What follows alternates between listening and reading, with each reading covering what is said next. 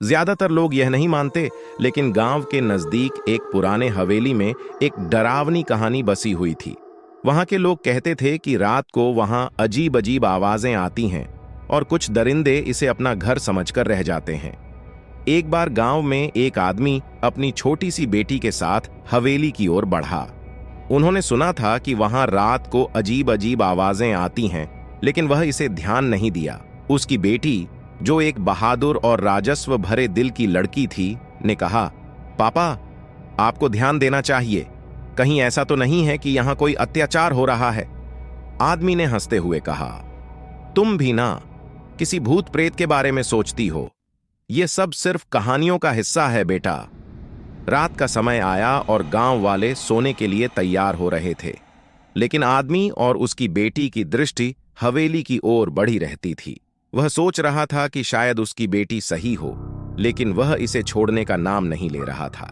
चौंकाने वाली रात की गहरी चुप्पी के बाद एक अजीब आवाज सुनाई दी, एक स्त्री की चीख। आदमी और उसकी बेटी तुरंत हवेली की ओर दौड़े। वहां पहुंचते ही उन्होंने देखा कि एक औरत और उसकी छोटी सी बेटी रो रही थीं। औरत ने अपनी आंखों से आदमी को देखा और बोली, हम यहां बहुत समय से फंसी हुई हैं, हमें इस हवेली से बाहर निकालो। आदमी ने पूछा, तुम कौन हो? औरत ने कहा, हम यहां पहले रहती थीं, लेकिन हमारा कोई सुनने वाला नहीं था। हमारे पति ने हमें और हमारी बेटी को यहां छोड़ दिया और चले गए। हम तब से यहां फंसी हुई हैं। आदमी और उसकी बेटी ने दिल से दुहक हुआ और उन्होंने औरत और उसकी बेटी को बाहर निकाला।